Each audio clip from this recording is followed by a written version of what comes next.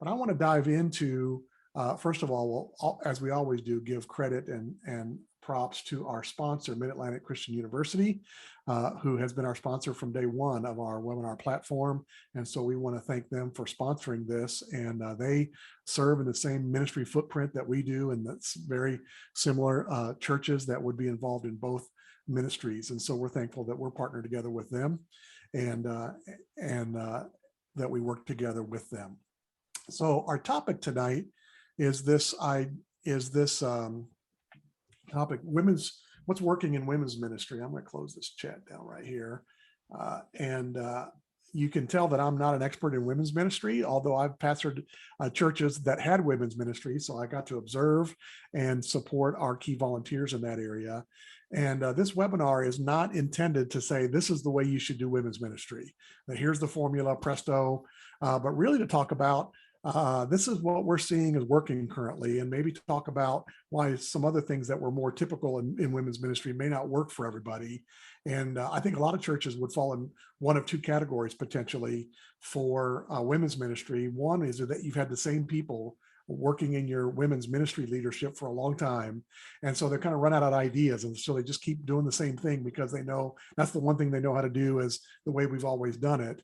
And so this would be an opportunity this evening to hear from different people about some things that are working in our region that they might want to consider. Or the other end of that spectrum would be churches where there's been turnover, which seems to be pretty common in women's ministry, that you'll have a person or a small team that are great at it for 2 years, maybe 3 years, and then you go through the cycle where it loses its steam, and then you recruit another group of people, and you've got turnover. And so you might be new in this role in your church, and you feel like I need to get some new ideas versus what we've just always done at our church. And and of course, coming out of COVID now gives everybody kind of a restart in all of the ministries in our church. And so this is a great time to even conceive of what are some ways that we might do women's ministry at our church in ways we never have before. So we're going to be talking about that this evening. And so we're really glad that you are joining us this evening. I'm going to say this now just so I don't forget it. I've got a couple things at the end of the webinar, but we're really excited to announce a new podcast that is starting next month. We have started a podcast January of this year. Becca and Dyke on our staff started an every other week podcast with ministry leaders around the Waypoint region, and it's been great. The one that just came out was with Stacy Bishop, a minister's wife, and on that one, she announced that she's going to be doing the Pastor's Wives podcast for Waypoint beginning mid-September. And so we're really excited to be able to extend that reach of our ministry to ministry wives within the Waypoint region. And so hopefully when that comes out, you will subscribe to it, listen to it, forward it to other people in your sphere of influence that would be interested to hear how can we support and best encourage ministry spouses in our region. With that being said, Stacy just joined in. Stacy, our star of the show, just said she can't wait. So it's we are excited about what that's going to mean for us. So to get into women's ministry, I want to go around our panel, and you guys can say hello, but I don't want to start off in a negative way, but really to set up the positive thing is saying, what are some of the things that maybe you've been in churches in the past that might have worked at one time, but they just didn't seem to work anymore, or there was a reason they didn't ever work well, and which gave you the impetus to try something new at your church. And so any of the three of you that want to dive in, go right ahead. Well, for our church, Forefront Church, one thing we did for several years was weekend women's retreats. And when I took on the role of the lead pastor's wife, that seemed like the natural thing to try to get women to do, because traditionally that was a women's type of event. But over the course of 4 or 5 years, attendance became dismal for that. And it seemed that the reason why is a lot of women can't commit to a whole weekend away, whether they have military spouses that are deployed or they work on the weekends. So we had to pivot and think of things that were less lengthy for women to commit to. Along those lines, I feel like just not hearing out the needs of the women that you have in your community, you really have to get input from lots of people from different backgrounds. We're more of a city church. I'm an Area 10 church in Richmond, Virginia. And I constantly hear from women like, we want to do something. We don't just want to sit around and have conversations. We want to have an activity. So things like doing a pottery painting event or building something together, learning a new skill can feel a little bit more productive. I think one of the traps that we fall into when we think of women's ministry is to only think about planning events as well. My first year kind of helping out with the women's ministry, I just kind of went to events because it was the easiest thing to do. It felt like something that was accomplishable. And so we were trying to do 8 or more events a year, and it really burnt out our people very quickly. And so this year we've stepped back and have been focusing more on the discipleship side and how do we get women in relationships, not just at singular events, but getting them to meet together throughout the week and throughout the year. All right, great. I think that segues into some things that Lisa can bring to the table with that. Lisa, what would you say that don't work for people that you've told me in the past? Well, I'm not a very crafty person, so I have hot glue gun scars to prove it. So sometimes when the event is just around making something or it's just around food, that can exclude some folks because I'm not the one that has like a favorite recipe that I want everybody to see and those kind of things. So some of the things need to be geared for folks that aren't so much the homemakers. That's just a quick picture of some things that that some people may think of as what we currently do. Even though those were all different descriptions, is what we currently do. Does it really attract one kind of person or one kind of gal at our church, but it really almost excludes others, whether it's their ability to get away for a weekend or whether it's they're not into cooking. And so if I can't show off what I can cook, then I'm not going to come, and so to think through, and those events are fine, but if that's all you have at your church, there are some population of ladies at your church that just say, well, I can't go, I'm not going to go to the current things that are offered. And so I think most of our conversation tonight about what you see are working in our churches and your churches really, I think, has an element of active discipleship to it. That's something that's ongoing, and that's, I think, a move of the Holy Spirit within churches at large, is that we're hearing more and more about disciple making and discipling, and getting away from just pure production on the big scale of stage production on Sunday morning, and really getting back to the fact is, are people becoming deeper disciples of Jesus, no matter what we're doing at our church? And I think that's probably what we're going to hear tonight. I know from our conversation earlier this week that's, I think, a new movement throughout all of our ministries, whether it's youth or men, and particularly for ladies. And so I'm curious, what's the one thing that you all, and again, we can go in any order, but the one big thing that you would say is working at your church, kind of the dynamics of how it works, and why do you think, bigger picture, why does it seem to work where other things don't? So our church might be in the minority where we don't have an overall specific men's ministry and women's ministry. There are occasional things that happen, men and women. We do have like women only small groups and things like that. But the building relationships and making connections and digging deeper happens within our small groups as a church. The women really gravitate toward the women in their small group, the people that they're doing life with, and grow in their faith and learn more and all of that in that setting. So that may be different than a lot of churches that have the traditional men's ministry, here are all your things, women's ministry, here are all your things. But one thing our women do that for 13 years now is we focused on community outreach as a women's group for Forefront. And it started by building a partnership with the Crisis Pregnancy Center in our area.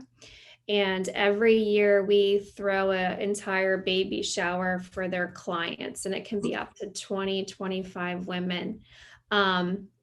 it's not just a one-time event. It takes months of planning, and that's where those women leaders come in. And I encourage the women leaders to pull in women around them at church that may not be leadership roles yet, but you see that potential. They're maybe newer to the church.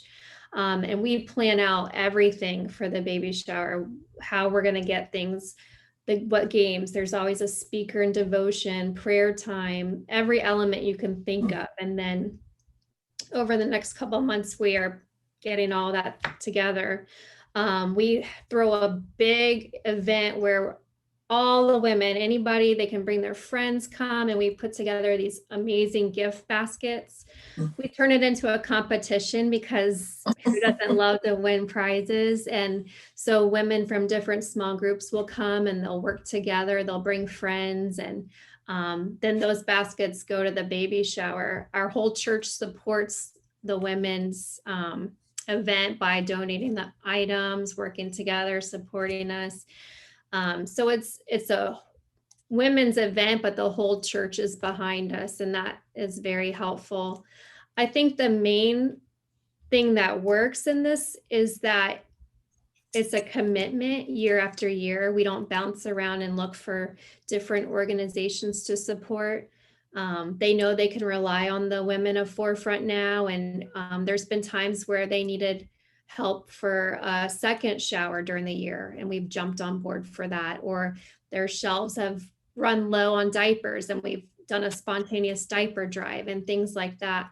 And so I think it's really, obviously we're being Jesus in the community by reaching out to unchurched women, unchurched families. We've had a few stop by our church and visit that were at the baby showers, but obviously our intention is just to love and share God's love with them every year at the baby showers. Women really love serving at it. And so if there's not a pregnancy center, I recommend, women's shelters, children's shelters. You can commit to like back to school events. If there's a local school by your church, you could commit to every year doing something to welcome the teachers back, and then like a supply drive. Or I just think having that to look forward to. The women look forward to it every year. And man, they were so bummed when COVID messed up our plans. But do you know that COVID shut life down the day after we put together all the gift baskets for them so that we could still get them to the center, and they delivered them. So that was like an amazing God thing that the timing worked out. But I think having that annual thing to look forward to and working with the community is a big deal. Yeah.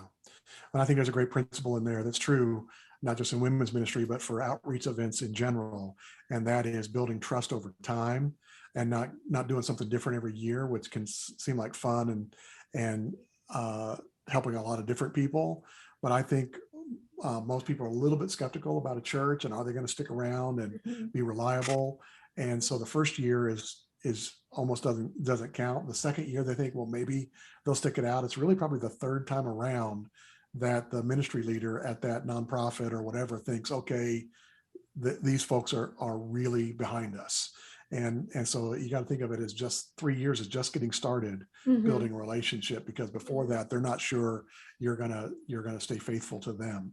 And so having 13 years in, that's awesome, to where when something unexpected happens in the life of their ministry, they got somebody they can call, and it can be in the middle of the night or Saturday night or whenever it is, because they know that you've shown yourself faithful to be there with them. That's a huge principle for any ministry in church where you're trying to do something out in the community, is you've got to be there multiple years before they believe you're legit.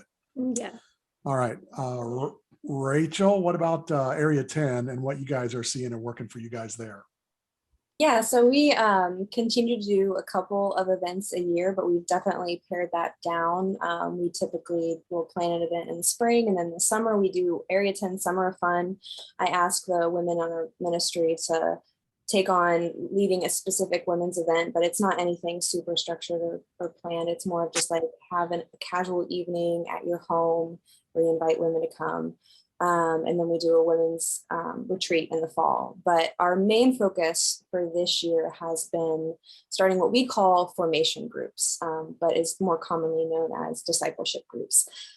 This is something that was really on our heart as a staff, as we saw kind of some of the trickle down effects of not having discipleship in the blood of our church. There were some major issues that came up because people weren't individually like studying scripture together and praying together and holding each other accountable. And so while, I think our churches have as a whole really accepted and embraced this idea of small groups, which I think are a wonderful way to do community and life together, I think there's also a necessity to get even smaller in groups of 3 or 4 same-sex groups. So for us, my focus is more on feeding into those women's discipleship groups. So that process kind of looked like me going to the women on my leadership team for women's events and saying, like, I really think that we need to spend more time on pouring into smaller groups of people. Would you be willing to lead a discipleship group? And so we ended up going through curriculum together for about 2 months, just so that they would see what this would look like. I had like 3 different groups going at one time. I was doing a breakfast group, a lunch group, and a dinner group during this kind of training phase. And then at the end of that, they were tasked with going and finding like 3 other women to join them and then go through that curriculum together. And then from that point on, they could choose if they want to study a particular book of the Bible or if they want to do a book study. It's up to them. But it's a much deeper commitment than small groups, because these groups are a commitment for an entire year where they meet every week and they can pick whatever time they want, but it is something that they are dedicated to being consistent at for an entire year. Whereas our small group semesters are like, we have 12 weeks in the spring and 14 weeks in the fall, and there's kind of a dead space over the holidays or in the summer. This is something that you're committed to a long time. Somebody asked in the chat what curriculum we used. We used Trust and Follow Jesus by Dr. Bobby, and I'm forgetting his last name, but you can find it on Amazon. I think Starting Point would also be another great curriculum to use for that. There's lots of great things out there that you can use, but I think something that is very theological and really goes through the basics of faith, like a Starting Point, is really good to make sure that all of your women are in the same place theologically, so that when they go out and lead their own groups, you don't have people that you don't know what they're going to be teaching when they go out and start their own group. Bobby Harrington, yes, thank you. That's right. I thought, yeah, that's what I was. I'll give props. Thank you, Deborah. We've had Bobby as a presenter Oh, on yeah. one of our webinars about how to do online discipleship, where you have discipling relationships online. And he does a hybrid where he meets with his guys in person, and then for a couple of times they're online, then they meet again. And it's a really good rhythm. But Bobby is with discipleship.org and the National Disciple Making Forum that's held every year in Nashville, which I would highly recommend as a conference that you would go to. It's not the big stage conference. It's about how to do discipleship at your church. And it's great stuff. And so his curriculum would be great. So that first one that you did before you let them go at large, anything you want to do, was that 2 months as well? After you did 2 months with them, was their first round with their gals 2 months? So once they started their own group, it's that commitment for a year. I will also say one of the key things that we did at the start of our discipleship groups, before we even went through the curriculum, was to go through our spiritual biographies. And this was an exercise I had never actually done before. But essentially, you're writing out a timeline of your entire life and like main key moments in your spiritual journey, and how you see God working through that, even if you didn't know him at that time. So it can be just major life events like, this is when my parents got divorced, or this is when I moved to a new state, or this is when I got a divorce, or anything, any major life event, and spending that time. And we really only went through one person's spiritual biography each week, because we were really digging into, okay, like, so how did that affect your relationship with your mom over here? And we really took the time to allow people space to tell their life story and explain, like basically give your testimony of how God not just works to the point of your baptism or conversion, but even beyond that, and how you've seen him working throughout your life. And it's really like, you may not know this person very well, but by the time that they're done with their spiritual biography, you see them in 3 dimensions. And there is just such a deep level of intimacy that you can reach so quickly. It seems like a safe space. Like we had women in our groups that were telling us things that they had never told their best friends before, because they knew that this was a safe space where they didn't have to worry about how it was going to affect, long-term relationships and stuff. And so it was that spiritual biographies exercise is something that I absolutely recommend. Our group was saying, like, we just want to do this with every single person that we meet now. Like, just sit them down in a chair and interview them about their life, because it was really fascinating. And our group is so tightly knit now because of that. Yeah, that's a great exercise for sure. And and they don't know it, but it's a great exercise for later in life when they've already kind of codified, here's my story and I know it, so I can share that again. There's a real important principle that you shared there that I think I'm seeing with churches at large, is there's a move different from what we've been teaching for the last 25, 30 years of getting 12 to 16 people in a small group.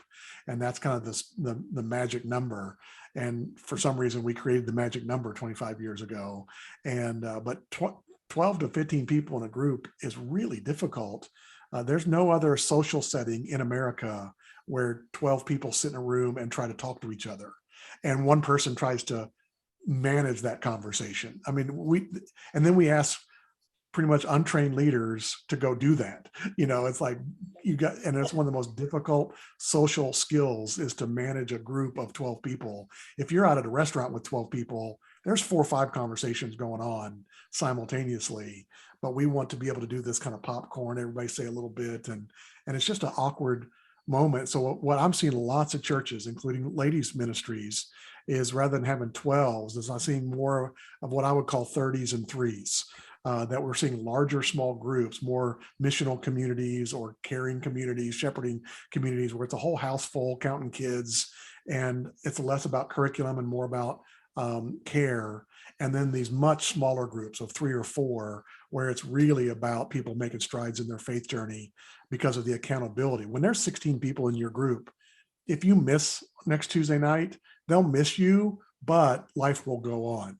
But if you're in a group of 3 and you got to show up, and so there's just that extra really level of accountability that I've got to show up to my accountability group, whatever you call that, discipleship group, or what do you guys call yours? Formation groups. Formation groups, whatever you call those. I've seen them called huddles, triads, whatever, in different churches. But man, the level of progress you can make in your faith journey because of the relational dynamics of that size group of 3 or 4 is really amazing. And we've just kind of pitched that out of the window for the last 25, 30 years. I think now we're finally figuring out we got to get back to that. Yeah, and there's a biblical example of that too, because Jesus had his 12 disciples, and I think that's where that kind of small group idea came from. But he has his close circle within that he really got close to just a couple of 3 guys that were in that group of 12 disciples. Well, I like what Carrie said. I know that there have been churches that have tried to, particularly in the last 3, 4, 5 years, tried to start a kind of a disciple making ministry within their church as kind of a silo, and it kind of fights with your small groups. Mm-hmm. And which reminds me of 25 years ago when we were starting small groups, and it was fighting with Sunday school. And so all your Sunday school teachers, you wanted them to be small group leaders. You're showing your age. I know it. I've got gray hair, but it reminds me of that. But really, they can go hand in hand, where you've got groups that meet as in 12 or 15 or whatever, and then you've got naturally guy and gal relationships within those groups that you can really work at. Is that, at least for the prayer time every night, break into guys and gals, and guys will share different prayer requests when the ladies aren't in the room, and vice versa. And the depth then of their spiritual trust of each other changes. And then you can leverage that for other discipling relationships, rather than having a siloed ministry of discipleship that fights with outreach and fights with, Carrie's got outreach. That's where that happens, which is awesome, And so don't make your ministries fight with each other, I think is a really good principle there. Well, Lisa, I think this segues right into what you're seeing working with your participation at Bridge Church and Ladies. So why don't you describe what you've been doing during COVID that seems to be working and why?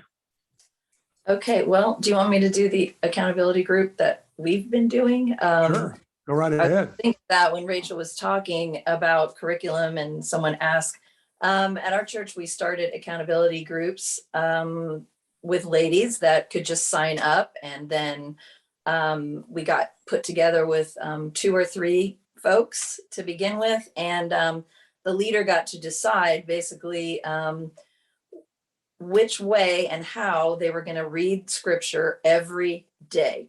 This is not something deep theological, except that it is deep and theological because you're reading God's word every day.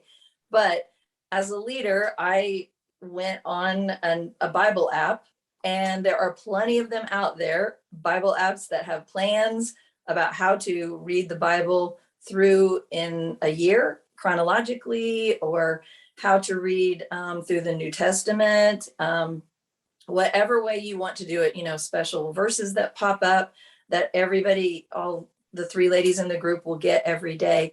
So I just found a plan that went chronologically, and every day it pops up and we read the chapters that are in the plan. And then I send a little text message to the ladies every day, just reminding them what scriptures we're supposed to be reading. And then maybe a picture of like the temple, if we're talking about that, or just a little one line of musing about, right now we're in Jeremiah. So I just have been like, whoa, Jeremiah, he had a lot on his plate. It's just what I call a high five every day with God and with a few other ladies, that we are committed to starting our day in the word. And there was another app. Yep, I should know what it is, but it's basically started out with word before world. So we get on our phones and we're off to the races, on the internet, and we forget to start out speaking and talking and communing with God. So that was a commitment that about 20 ladies made during COVID last year, that a lady in our church, Christina Painter, started, which really was great. And nobody had to be an expert. We all just knew that we were committed to reading the word every day. And that bonded us together. The other thing during COVID that we started was a Zoom Bible study. Now, you got to listen to me. Zoom can be good. I know everybody's tired of Zoom studies, but I tweaked it and I figured out some ways to make a Zoom Bible study good. So it can't be very long, and it can't be more than 6 weeks. Like when a lady commits to something and it's several months long, we don't want to do that. So the women at my church, it seemed like they were very willing to sign up for a group that's 6 weeks this month. And it is 1 hour once a week. And I send out one email that has 2 pondering questions, and also some maybe what the Hebrew word for something is, or some tidbit that they can hang on to and learn about the time that we're reading in. But that seems to have worked really well. Now, the study is from 7 to 8, but I do log in 15 minutes early, because there's always some chatty Cathys in your group that really want to talk and connect. Or there's some that are really concerned that they want to make sure they're on the link early. So for those 2 types of ladies, I get on 15 minutes early so that people can chatter and talk. And then at 8 o'clock, I pray and say goodbye to everyone. But then I stay on for a half an hour longer, because sometimes there's questions that one lady will want to stay and talk to me about, or someone will need some prayer, those kind of things. Just think of like the setting in a little classroom setting. And there's always some students that come early. There's always some students that stay late. But for the most part, everybody just wants to know, this is an hour, and I'm going to get the meat and potatoes of everything, and then I'm going to be done. So all those things have worked. And I've been so surprised at who signs up, because it's everybody. It's across the board. It's women that work, and the idea of them like shoving food in their mouth and rushing off to a Bible study or a small group, they will never do that. They're exhausted. And there's also ladies that have children, and they don't want to put them in babysitting. And COVID, it was impossible to put them in babysitting. And there's also widows that don't really want to drive at night because it gets dark, and it's a little harder for them to see and drive, and they might have to get a friend to take them. So there's and then also what happened was some ladies were sick, but they still could come to Bible study on Zoom. They would just be like, okay, well, I might click off the video while I blow my nose or something. Or the kids, they climb in and they wave at us. And there was one lady that she got on a little late, and she said, oh, I forgot it was the night we were supposed to be studying, but my daughter looked up at me and said, Mommy, you got to go to that video, because she had seen us and waved, and she knew that her mommy's friends were going to be on the video that night. So it's been surprising and refreshing. And I don't think our church will ever stop doing Zoom calls, like Zoom Bible studies like this, because of how many different types of ladies are able to come and learn and enjoy each other. And it's really been working well. All right. I'm kind of excited about it, if you can't tell. Yeah. So I like the fact that you call it a Zoom Bible study, and which is different than other groups in the church. And so it's not a Zoom small group. It's 7 to 8, and we get busy. And if you want to do the relational stuff, that's before or after. We're in a small group. That's all part of the group in the 2 hour or hour and a half. And we connect with and we connect with the emails and things like that. If they want to get more involved with each other, they are totally can do that. But the other thing I was going to tell you and the other thing I was going to tell you is you have to have breakout groups, though, so that they can talk. So there might be 10 to 15 of us on the screen when we start, but the 2 pondering questions is I throw those out there after I've done some intro, and then I do breakout groups, and the breakout groups are only 2s and 3s, so that the ladies have a lot of time to chat. And the breakout groups usually are about 5 to 6 minutes, and I tell them that they've got to get busy and talk. And then the countdown comes across, they got another minute, and they wind everything up. And I also have them, like, there's a leader that should be like writing things down between the 2 of them, so that when we get back together, then I call on the groups, and there's one lady that's talking for their group. So that's how we've kept it relational as well, because this kind of a screen where there's lots of people, it's hard to talk, just like I was kind of interrupting you. It's hard to talk like that on a Zoom call. So you got to pay the extra money, folks, and get the subscription so that you can use the breakout groups and have at least 2 hours of time. Yeah, I think that's the secret sauce of your group is the breakout groups of 3 ladies getting to talk within, because if we've got 4 on our screen tonight, but if there's 18 screens on there, it's so intimidating that you're not going to say anything. But to break out into 3 or 4, that's the secret sauce for probably why it's really working.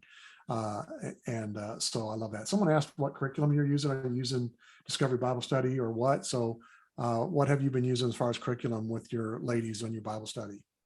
That's a wonderful question, because I've been teaching the Bible a long time. I use bits and pieces of ladies' Bible studies. Like we did Esther.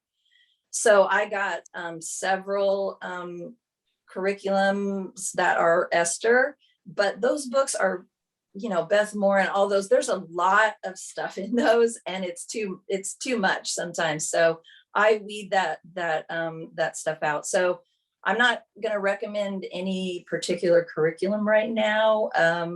But I will tell you that for these ladies for this Zoom call, make sure that it is, it's very scaled down curriculum that is very, and they do like the scholarly stuff, not the fluff. Like if they're coming for an hour, then, you know, we're ready for some deep Bible study. So I don't know what else to tell you about that. You can email me and I'll let you know some stuff. Yeah, someone asked the question, are they personal or is it just a Bible study? It's dive right in.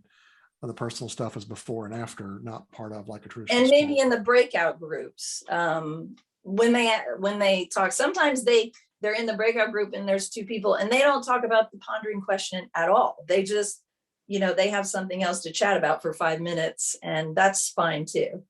Yeah, I think as an old school teacher, one thing you learn when in education classes is if you prompt people that you're going to need to talk after this is over, they process information differently in their head. If you say, you know, even like in a traditional small group, you're going to watch a curriculum for 15 minutes, but then when we're done, you're going to need to tell one thing that struck you during that thing. People listen to that differently. And so if they know that your breakout groups are coming and that they're going to need to talk about what the lesson just said, all of a sudden the depth of their processing mentally doubles, you know, I don't know what the number is, but it just skyrockets when they're thinking, I'm going to have to say something meaningful about this. I better process this about what it's meaning to me. So that's really good.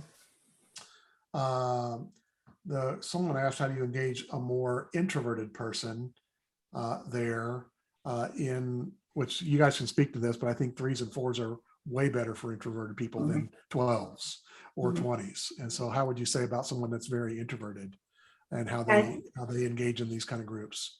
I think that having someone in the group that's willing to, you know, ask a question and say, you know, Lisa, what do you think about this? And just kind of coax them and give them the opportunity to speak, because I'm an introverted person, and I know that sometimes it's hard for me to find space to enter into the conversation because some other people can be really extroverted, and maybe it's harder for that introverted person to get a word in edgewise. So just kindly and gently, like offering them the opportunity to be the first one to answer the question this time. Also kind of sitting across from them as opposed to next. And this is one of the strategies that we teach in like small groups, is if you have a problem person or someone that you're wanting to direct attention to, you sit across from them intentionally. If it's somebody that maybe talks too much, you have them sit next to you so you can direct the question visibly towards other people as opposed to them. So it gives those more introverted people a chance to get over them. That's why I send the pondering questions out in advance. The questions are for the week to come, because I want those introverted person that usually has like the best thing to say. I want her to be able to think about it in her free time that week. I want to give them time to succeed when the Bible study happens. I love that. Yeah. And Carrie, I think I'm going to speak for you there, but it seems like you've got this big event, but you said that you break those down into these little groups that work on the baskets together.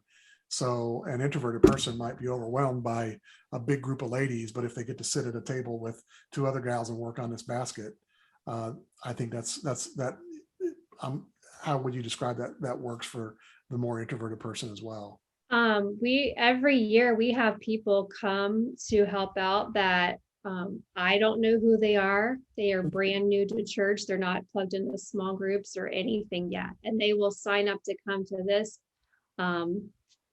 Maybe I don't really know why, because it's kind of a party atmosphere and sometimes people think they can just kind of blend in or whatever, but obviously they're immediately drawn in because we work in small groups to do that. And they always build connections. We see them get plugged in to church on Sundays and in small groups. From that point, it's a good stepping stone to bring people into the fold and build relationships from there. I'm going to share my screen again. Someone asked about, Lisa, if what app you use, even though there's a lot out there. Here's a Oh, picture of yeah, I you. sent, well, that's my Bible on- study. Yeah, that's So my, here's the what app. yeah, it's called the Bible app. It's, All that's what it is. It's real tricky. Bible Gateway right. has got a lot of them, but yeah, it's called the Bible app, and it has a little brown Bible, so you can look for that in your There you app go. store. They made it real easy. All right. And it's That's so cool, right. and it gives you, it's very affirming because it has like the chronological day, like 229 days we've read, and then after you get done with the pages, there's a big check mark that's like, yeah, you did it, and we all need that gold star and that pat on the back. Some mornings it's very hard. You would think that the word of God would just draw us in every morning, but there's so many distractions as women. We have a lot going on in our heads as well as just getting ready for the day. So it's good to have affirmation. Yeah. Well, I love the fact that there's a movement about discipleship again, and really there's a movement just about reading God's word again, that of all the things that you can do, and like Rachel's talking about over programming, and you can get all wrapped up in that. At the end of the day, 30 years from now, you're not going to care about how many events you did. You're going to care about how many people made progress in their faith journey at the end of the day. And so reading scripture together is where the power is in all that. And this is a men's ministry example that I didn't give in the webinar a couple months ago, but I was reminded about a friend of mine who's leading a large church in Ohio. And he just noticed that all the guys in his church were like making enormous strides in their obvious strides in the depth of their discipleship. And he found out that he had a new guy on staff that was working with them. So he brought him in his office and said, "What have you been doing?" He says, "We're reading the Bible." He's like, "What are you talking about?" He says, "Yeah, we're reading the Bible together." He's like, "What are you talking about?" So he had 50 guys that were meeting in groups of like 4, and they read a chapter a day. And then they met once a week for an hour.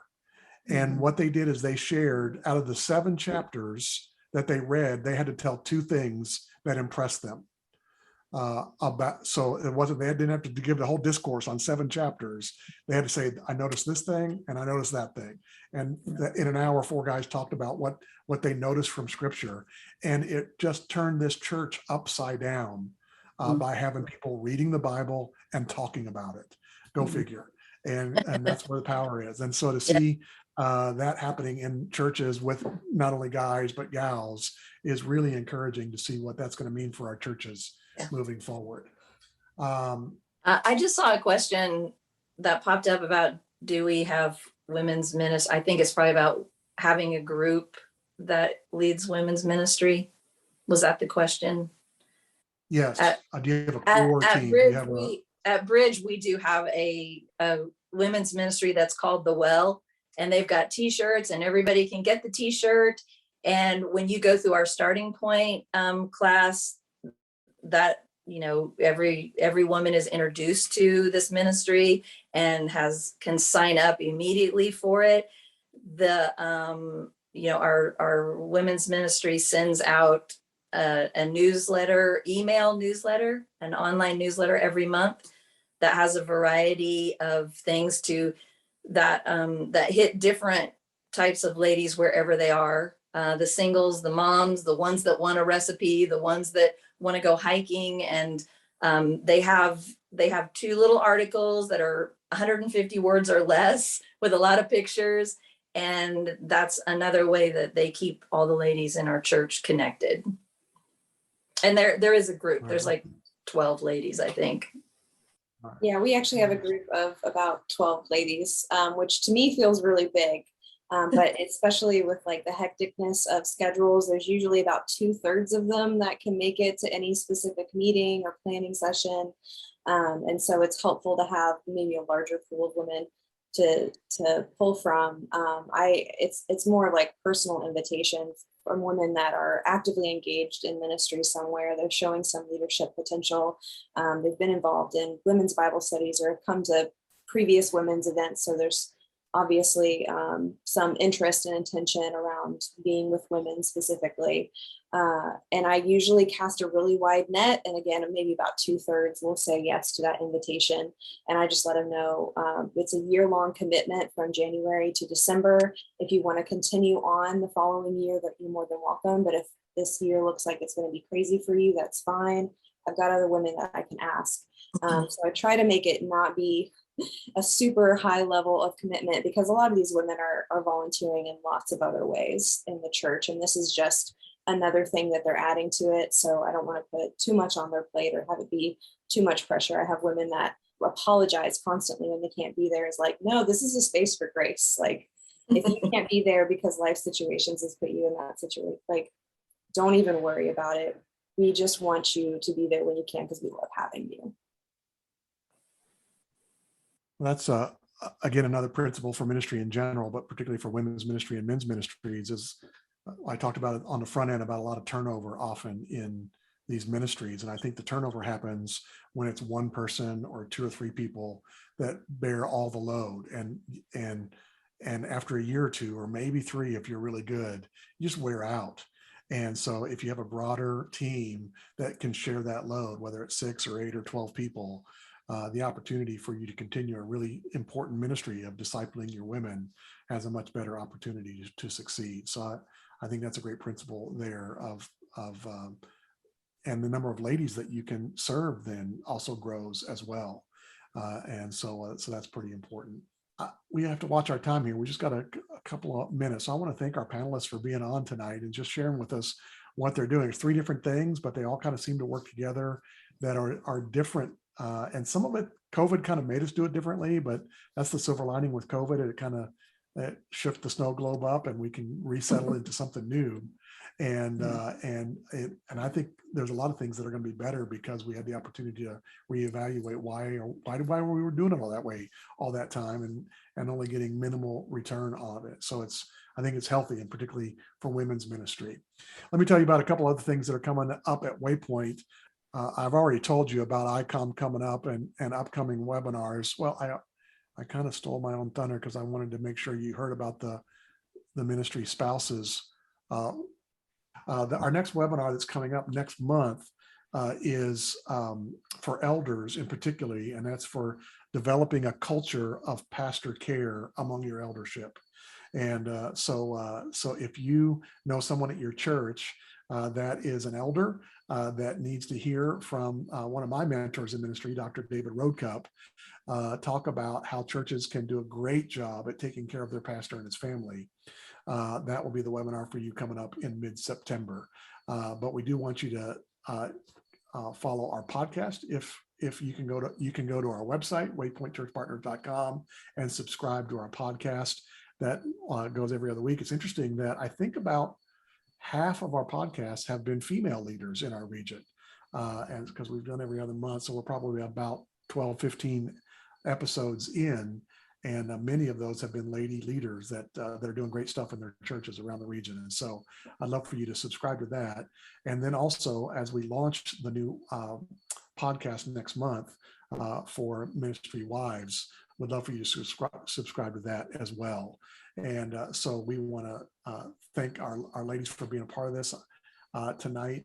I know there was one more thing. We're going to send you a link to a survey from Stacy Bishop, who is leading our Ministry Wives podcast, and to try and get information about what's going to be meaningful for you to hear for that podcast. And so all the people that are subscribed to the webinar tonight are going to get a follow-up link to a survey that she would like to get further input on how she can do a great job on putting that podcast together. Well, our time is about up. I want to thank you for joining this webinar. You can always go to the Waypoint YouTube channel to pick up other great training for leadership areas in your church. But otherwise, we hope to see you on an upcoming webinar again and bring people with you. So thanks, ladies, for joining us, and I hope you all have a great evening.